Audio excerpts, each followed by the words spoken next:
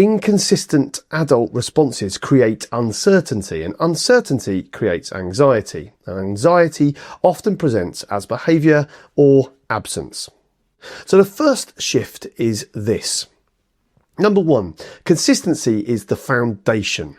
Not severity, not volume of intervention, but consistency, clear expectations, consistent language, predictable follow-through, calm, not reactive. We often ask, what do we do about behaviour? What do we do about attendance?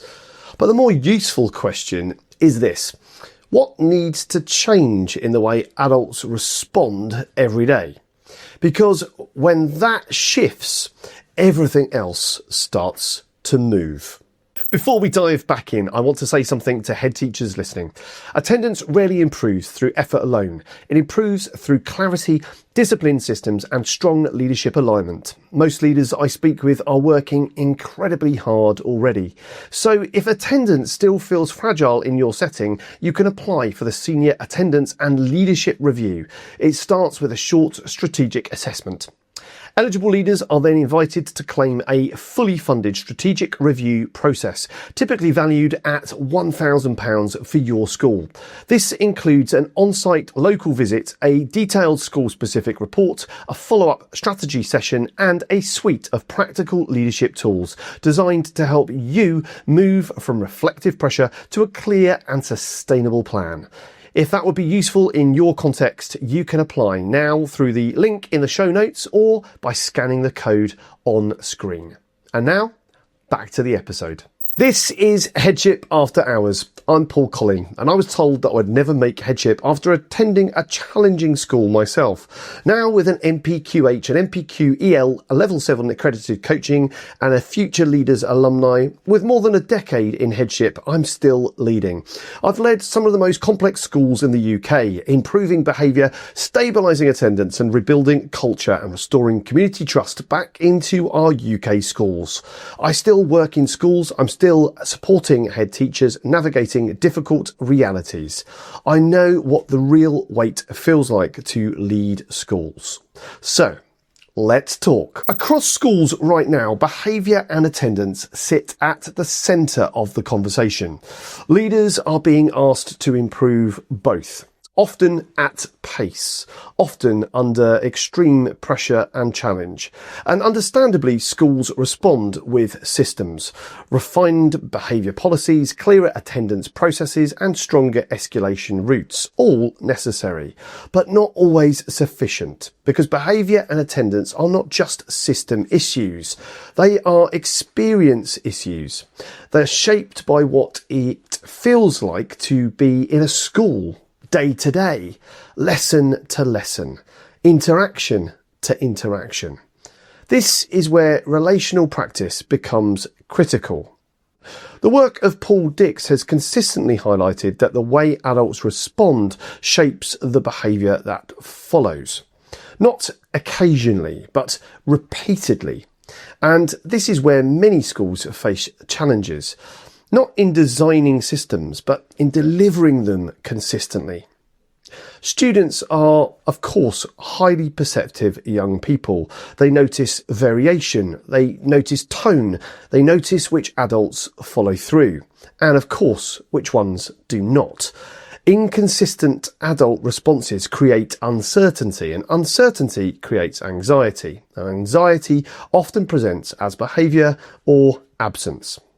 So the first shift is this. Number one, consistency is the foundation.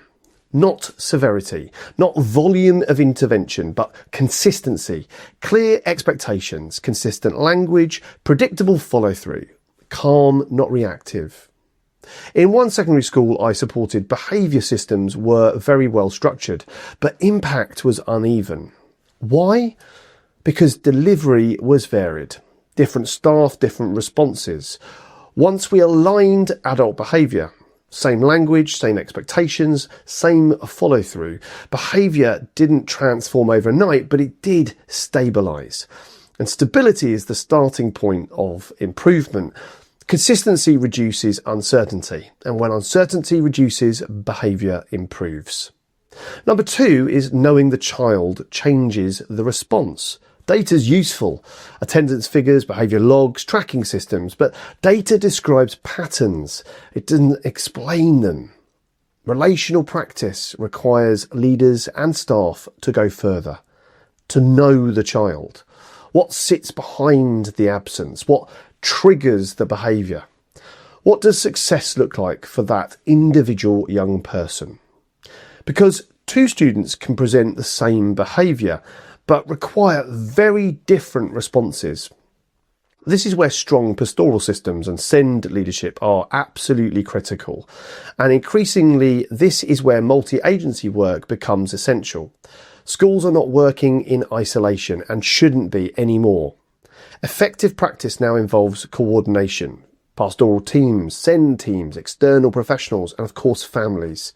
The direction of travel in current SEND reform thinking obviously reflects this, and a move towards early identification, strong inclusion, better alignment between education, health and care is key, because fragmented support creates inconsistencies, and inconsistencies experience limit progress.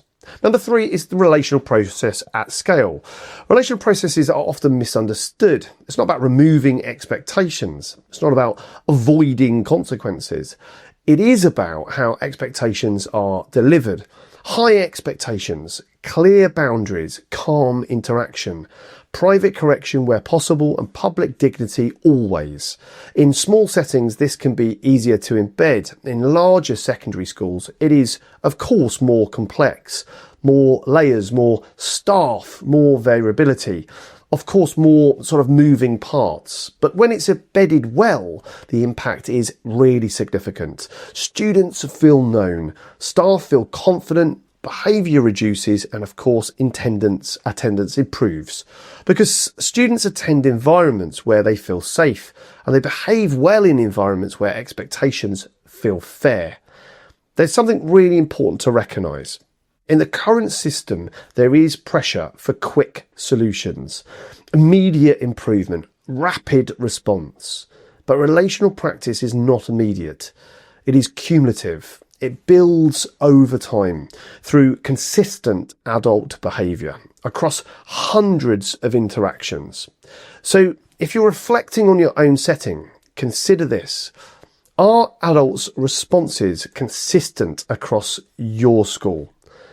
Do staff know students beyond the data? And is there alignment between pastoral, SEND and external support? Is the school experience predictable for students? Because behaviour and attendance are not separate outcomes. They are reflections. Reflections of consistency, reflections of belonging, reflections of adult practice.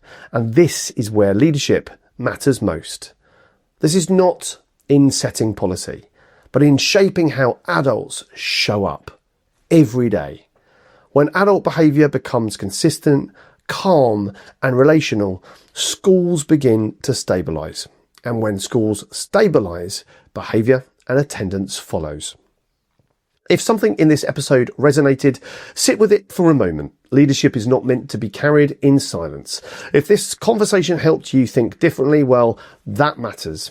If today's conversation resonated and attendance remains a pressure point in your school context, you can apply for the Senior Attendance and Leadership Review.